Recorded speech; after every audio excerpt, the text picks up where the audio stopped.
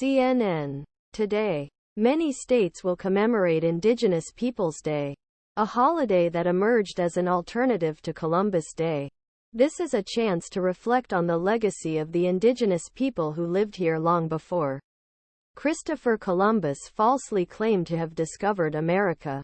This is also a federal holiday, so many people will be off work and places like post offices and banks will be closed. Israel officially declared war Hamas on Sunday after the Islamist militant group launched a deadly surprise attack Saturday. The multi-pronged assault was one the likes of which had not been seen since Israel's 1948 War of Independence.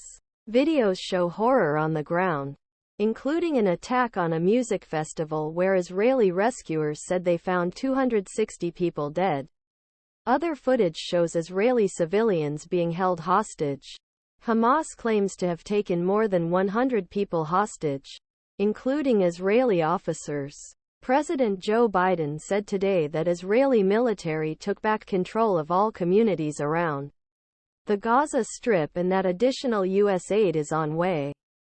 The House Speaker drama has entered its second week as pressure mounts to reach consensus on a candidate to wield the gavel.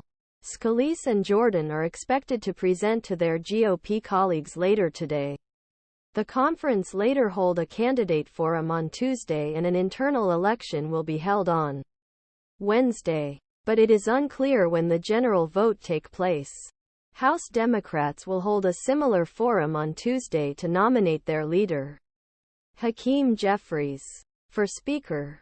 Auto attack. More than 25,000 U.S. auto workers in assembly plants and parts distribution centers are currently on strike. Scores of workers are preparing to join picket line today after United Auto Workers announced that its members voted to reject a tentative agreement with Mack Trucks, one of largest heavy-duty vehicle manufacturers in United States.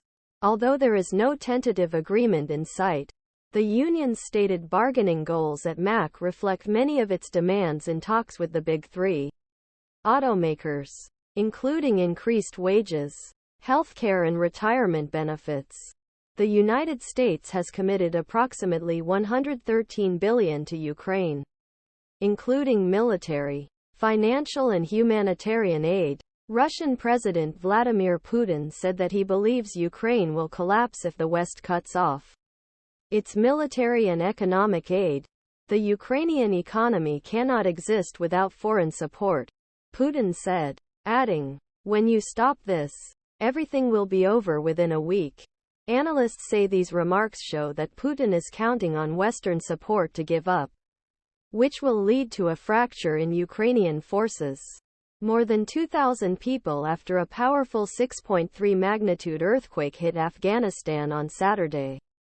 The epicenter was about 40 kilometers west of the city of Herat in western Herat province, Afghanistan's third largest city. It was one of the deadliest earthquakes in Afghanistan in recent years.